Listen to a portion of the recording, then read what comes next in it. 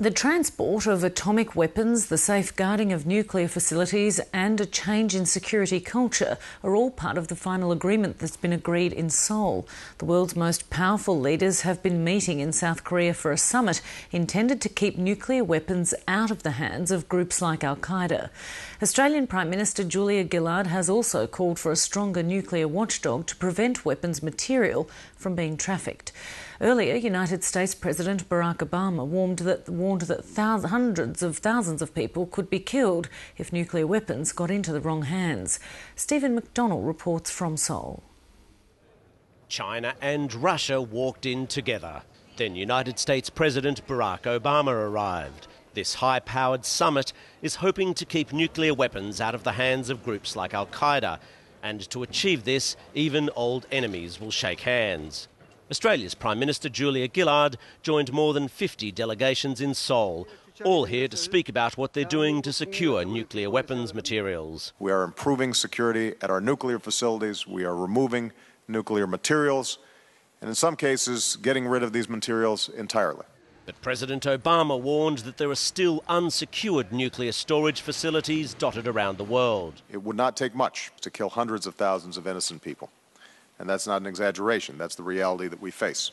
The main speeches were all behind closed doors, but on the side some presidential reassurance regarding his own controversial missile shield. It's my last space for you. Yeah, after my election I have more flexibility. Yeah, I understand. I transmit this information to Vladimir and understand what. Earlier, the Prime Minister explained what Australia could offer this meeting. We are at the forefront of capability in forensic technology to detect illicit nuclear material. We can share that. The final agreement deals with the safe transport of nuclear weapons material, the prevention of illegal trafficking and the promotion of a better nuclear security culture.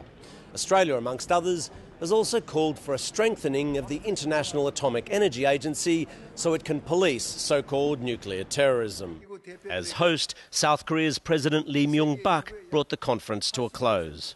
The leaders agreed to expand information exchanges among countries, strengthen cooperation with the IAEA and Interpol, as well as improve the capacity of detection and monitoring of nuclear materials. With the final communique document released, Australia's Prime Minister spoke to the press. I think you genuinely can say out of that the world is a safer place than it otherwise would have been when it comes to nuclear material. But that doesn't mean that there's room for complacency or that there's nothing more that can be done. She was asked about North Korea's refusal to halt its satellite launch that critics say is really a long-range missile test. The pressure has to be kept on North Korea at this time to take a step back from what they have announced.